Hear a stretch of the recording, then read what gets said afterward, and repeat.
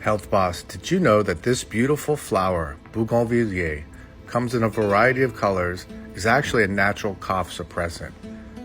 Mexicans traditionally would drink this as a tea anytime they'd get sick with a cold flu.